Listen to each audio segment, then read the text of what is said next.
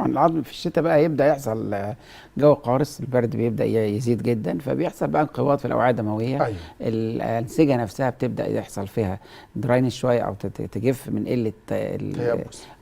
ويبدا يدخل الركبه يحصل فيها انقباضات، فيحصل فيها تيبس، فتبدا الوجع والحركه تبقى مؤلمه. احنا عايزين ندخل المرحله دي واحنا عندنا حركه كويسه في الركبه، عندنا دوره دمويه كويسه، عوامل النمو اللي احنا حاطينها تنها شغاله على طول، علشان نبدا نحل المشكله اللي بتحصل ما بين الركبه دي شيء بسيط جدا، هي حاجه تتحرك بدون ما توجع.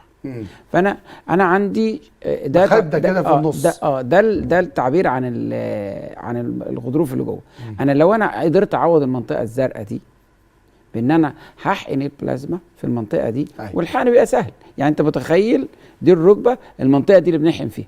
المنطقه دي عشان كده ما بنخبطش في عظم خالص. ما حدش بيحقن في العظمه هنا ولا في العظمه دي. حتى لو حد جه يحقن من الجنب ده، دي في هنا غضروف هلالي وفي اربطه، الرباط الداخلي اللي هو الصليبي، ما حدش بيحقن من الركبه من ورا. علشان كده ده حاجات طبيه علميه، ان احنا الركبه في الوضع ده تبدا تعمل سبيس كويس جدا. بص كده المساحه بقت كده، انا متخيل المريض قاعد فعلا بقت المساحه اكبر للحقن.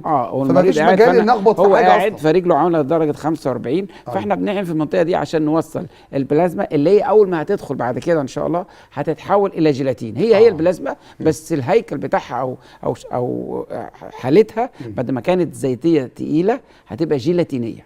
ده يدي فرصه لان هي مش هتتكسر، هتبدا تتحرك ما بين العظمتين، مش هتتكسر بسرعه، مش هتمتص بسرعه، فهتقعد تدينا عوامل نمو لفتره طويله.